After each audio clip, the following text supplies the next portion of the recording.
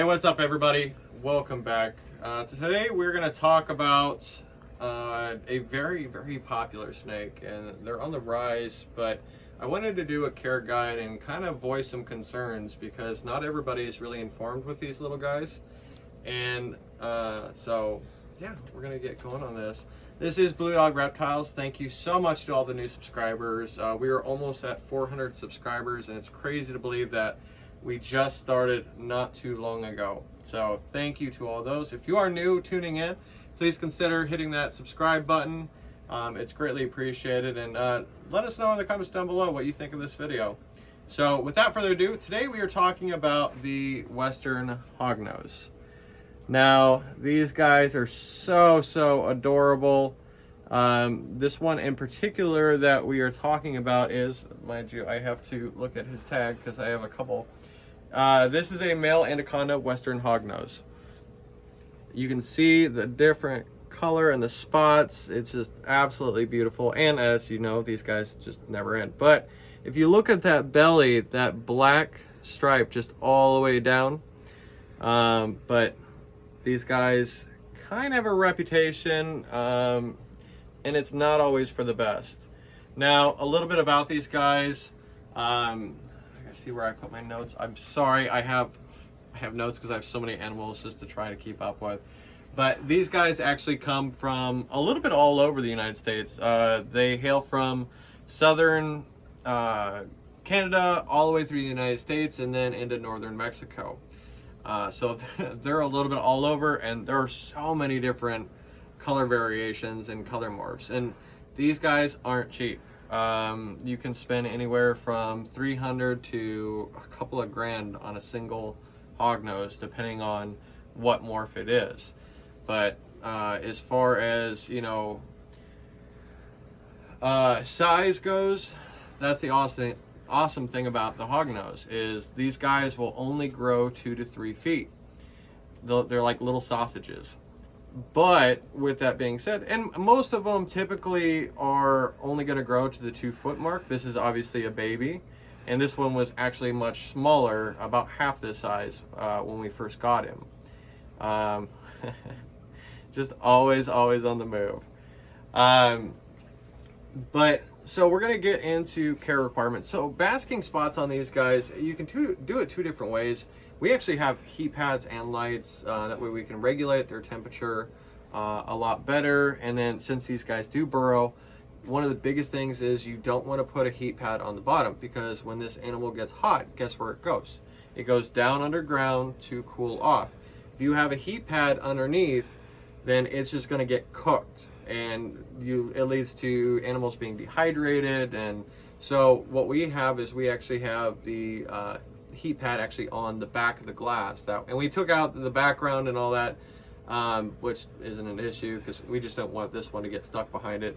But with that heat pad either on the side or on the back, it radiates in the heat, and then we have the heat from the top as well. But these guys should be about 90 to 95 degrees basking spot. If your temperatures are too cold, you'll notice that these guys won't eat. But that's not the only reason these guys won't eat, but we'll get to that in a little bit. Cool side, so these guys do need to cool off. They still need a cool side of about 70 to 75 degrees. So most of your overall reptiles or your snakes are going to have that same low temperature. But yeah, they're absolutely stunning and very curious, very amazing looking. Now, humidity gets tricky with these guys because these guys don't need the arid humidity like a crested gecko or a gargoyle gecko or Cerastes. These guys actually need ground humidity. They need that 30 to 50%, somewhat wet, somewhat dry, because when they burrow, they want their burrows to stay open. So your humidity should stay where they can actually burrow in, keep their burrow open, and that way, and you'll notice they'll have a bunch of little tunnels and all that. Trust me, it was fun just getting this little one out because I had to pull him out of one of his burrows, which I did make a mistake with these guys. When I set them in, I was like, all right, you know, it's an arid, it's a tropical, it'll work perfectly for these guys, it's bioactive. But one of the big things and I've learned this lesson, I now preach differently, is that don't put a drainage layer in. Don't put screen in, because what happens when you have an established bioactive, those roots to your plants will actually grow through the screen, and then they'll clutch around the clay balls. Now, with a snake that burrows for a living, I mean, that's what that nose is just for, is just burrowing and moving through and creating tunnels. You can see they're always just pushing forward. But if you have that drainage layer, once those roots grow through, then if he gets stuck between the drainage layer and the balls, or the drainage layer and the plants, he's not going to be able to get out. And so with these guys, no drainage layer. You can still do a bioactive for them. Just remove the drainage layer, and you would just use soil, and then your cleanup crew, obviously your springtails, your isopods. Now, I got kind of off topic there. Lifespan for these guys really varies.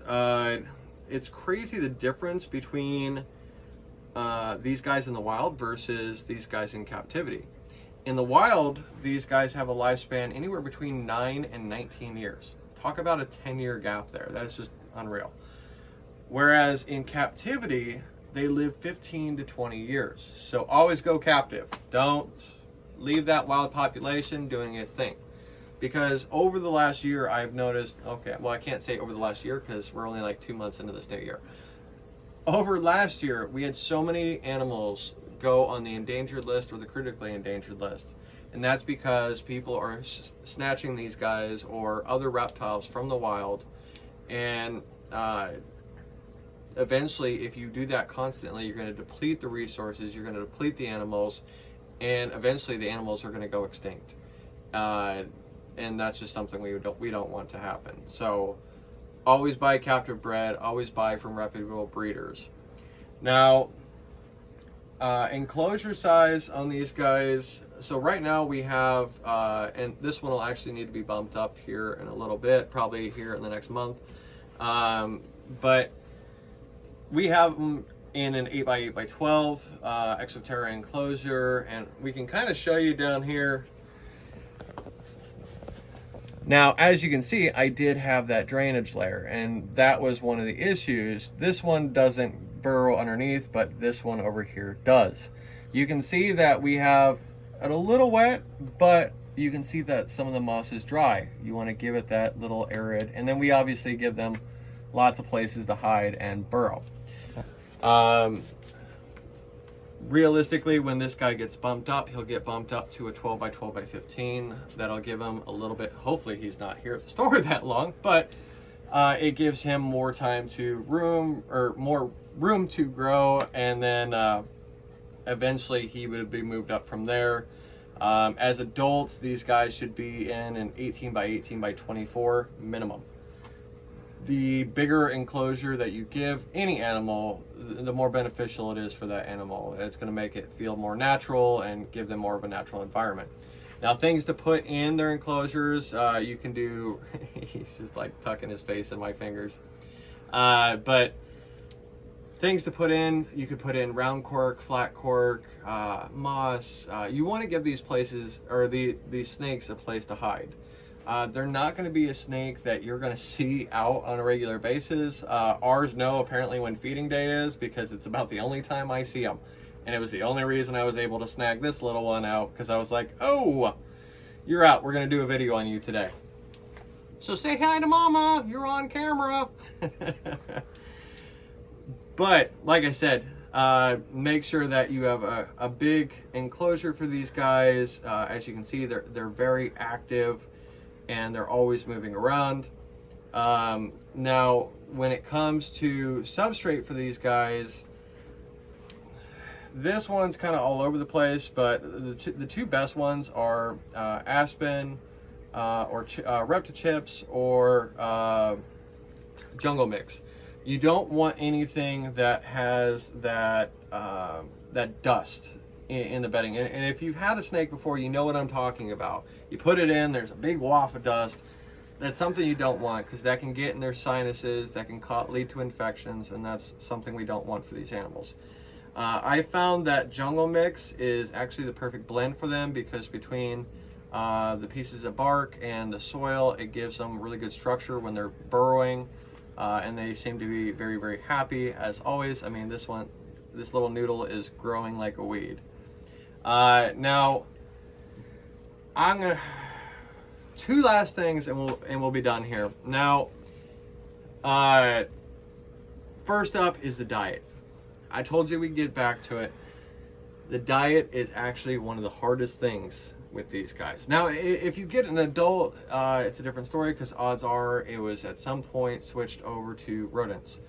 But in the wild, these guys eat frogs, they'll eat lizards, they'll eat other snakes. That's why you can't keep more than one of these in the same enclosure. They will go cannibal.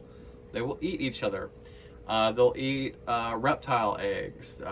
Their diet is pretty extreme, except for the reason that when these guys come in as babies, they want that frog. And I'll tell you what, it took us a little bit to get these guys moved over to mice, but we did it. But that is probably, in my opinion, is probably one of the #1 killers of hognose snakes, is they starve to death. People can't figure out the ratio, or they can't find frogs, or the frog scent. Reptilinks, check them out. They actually make a really good blend of, they look like little sausages, but it's essentially ground up frog. If you have and I think Snake Discovery actually did a video on reptilinks and the frog scents and all that. So if you haven't checked out Snake Discovery, make sure to do that. They're amazing people. But yeah, these guys like frogs, amphibians, and that can get tricky, and that can get expensive. I mean, if you want to feed dart frogs to a hognose, you better be a billionaire, because that feeding is going to add up. And at this size, these guys should be eating weekly.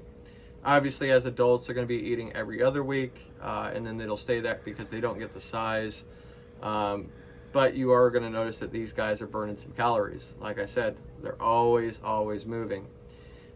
So the big thing is, if you get one, I would get one as either a subadult or an established juvenile, something that a hognose that has been moved over from frogs to rodents.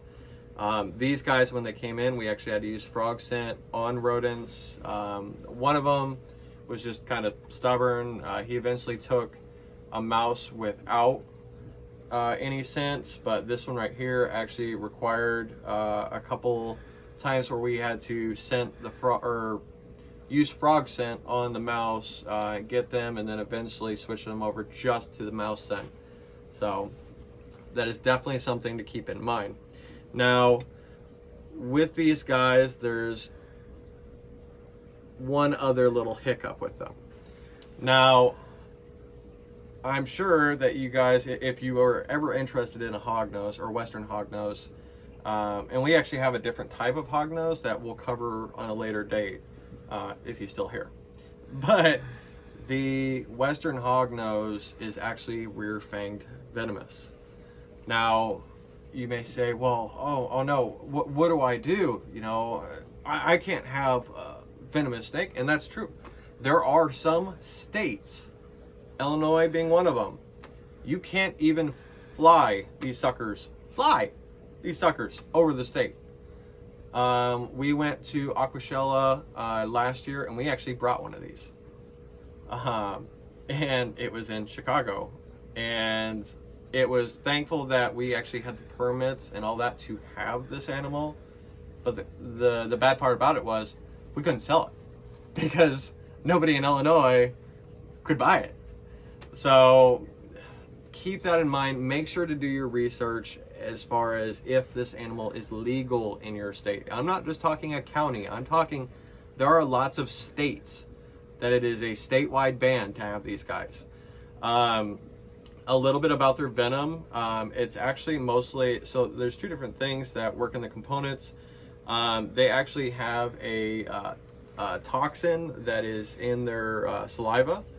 And so if you ever get bit by one of these, you'll feel like kind of a tingling sensation in your hand or your extremity. And it's nothing to be concerned about. Obviously, if you have a strong reaction to venoms or anything like that, make sure, like a bee sting, make sure to consult your doctor before you get one of these, because if you do get one of these and get bit, we don't want you to have an adverse reaction, and you would definitely need an EpiPen if you're, let's say, allergic to bees. It would be very similar. Now, the other thing going for these guys is they're rear-fanged. So a lot of your pit vipers and a lot of your true venomous snakes are, I can't remember the technical term because I don't deal in venomous a whole lot. Well, really at all. This is about as close to venom as I get. Oh man, I can't think of what it is. But anyway, and most of your true venomous snakes, like your pit vipers, your mambas, their front fangs are the ones that hold the venom, and that is so that, let's say a pit viper is sitting waiting for its prey, it'll literally just go out, bite it, and let go, and then that animal will slowly perish. With these guys, they actually use the venom in their rear fangs to sedate, if you will, or paralyze the animal that they are eating. These guys are not constrictors, so they're not going to coil up on it, and that's why they need the toxin in their mouth. They need the venom, so even if they get a good solid bite where they actually get those back fangs in, they can sit back and go, yeah, you run a lap, Johnny, I'll wait for you.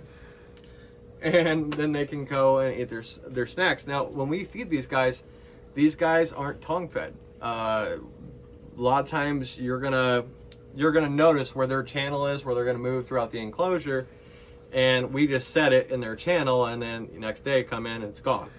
So these guys are kind of shy eaters, so be mindful of that. If you're that person that loves to see snakes eat and loves to watch them take it down, which, I mean, we did do a video a while back on, I think it was TikTok or something, where I showed one of these little ones eating. It's really cool and it's really fun to watch, but it's not something that's going to happen all the time. Lastly, and we'll do close-ups as we finish up here, this is a snake that is not for beginners. And I say that not because handling or anything, because I mean, obviously I'm handling this snake just fine. I'm also experienced with snakes and I can read the snake's body language. But for all the reasons of it being rear-fanged, for it being toxic with venom, or the saliva being toxic, with the fact that it can be a very, very finicky eater and have specialized diet, that is the reason why I would classify this animal as a intermediate and not a beginner level snake. But if you do your research, study up, get everything that the animal needs, and find a captive bred snake, then definitely take one of these guys home. They are readily available. Like I said, they're not cheap, but they are quite often available, and they come in so many different morphs. So yeah, so that is the story and the care guide of our little cutie here, the Western Hognose snake. Sorry if it's blurry there. I was trying to get a close shot of that cute face. But as always, guys, thank you so much for tuning in. I'm going to be a little bit slower next week bringing in a video, and that's just because I'm going in for surgery on Monday, and I'll be still recovering. So I can't promise that there will be a video next Friday, but I will do my darndest to make sure that there is one. If there is a video you guys want to see or care guide, please let us know in the comments down below. Like I said, make sure to hit that like and subscribe button. And as always, guys, love your reptiles, but love your... Actually, no, sorry. Love your family, but love your reptiles more. They're cuter. Thanks, guys.